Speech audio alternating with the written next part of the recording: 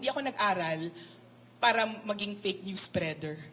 It's not as if Ace Barbers cannot sue someone. It's not as if Martin Romualdez cannot sue someone. It's been done before. We could be sued. A congressman can sue someone. So why are they not using it? Bakit ipapatawag kami para dun sa HOR para magawa nila yung gusto nila? It's not a level playing field. We're not going. Hindi naman kami tanga na pupunta kami doon. Tas gagawin nilang gusto nila sa amin. Gusto niyo ng gulo? Gusto niyo ng dito sa labas? And then, if gusto niyo talaga kami ipatawag, hindi namin ibibigay yung sarili namin easily. You will go through legal hoops to get us. Hindi kami tanga, hindi kami aso, na pupunta kami sa HR kasi pinatawag niyo kami. Kung gusto niyo kaming kunin, makukuha niyo kami, pero paghihirapan niyo. And malalaman ng buong mundo kung anong ginagawa niyo. We will not allow it. Hindi kami ignorante, we know our rights.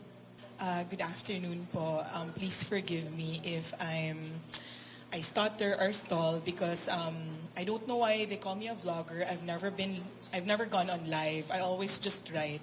I'm a writer. In fact, if some of you are actual newspaper or publication writers here, I'm one of you. I'm an editor for Manila Bulletin and for Balita. I don't go on social media. I've never gone on live, not once. I've never been on YouTube. I don't have a YouTube. I'm not monetized. I'm a regular person who criticizes the government on my page, but because I've made powerful enemies, nandito ako. Nandito ako and I'm looking at you and it feels so surreal because I look at you and I'm there. Ako yan Ako yan pag meron kaming kina-cover kasi editor ako ng Diaryo. But now I'm here just because I pissed off Martin Romualdez and Judas Sidre.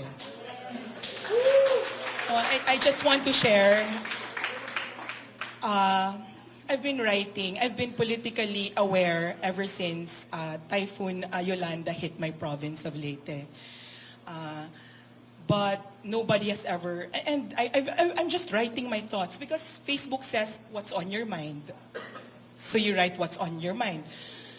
But apparently, I've pissed off Martin Romualdez and Judas Sidre. So nandito ako ngayon because I have an uncle who is one of their contractors, one of their big contractors.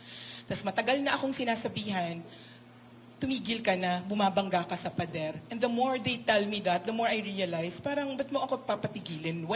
Kung may problema kayo sa sinasabi ko at mali, then sue me. You have legal remedies. You have defamation, you have cyber libel, one of the strictest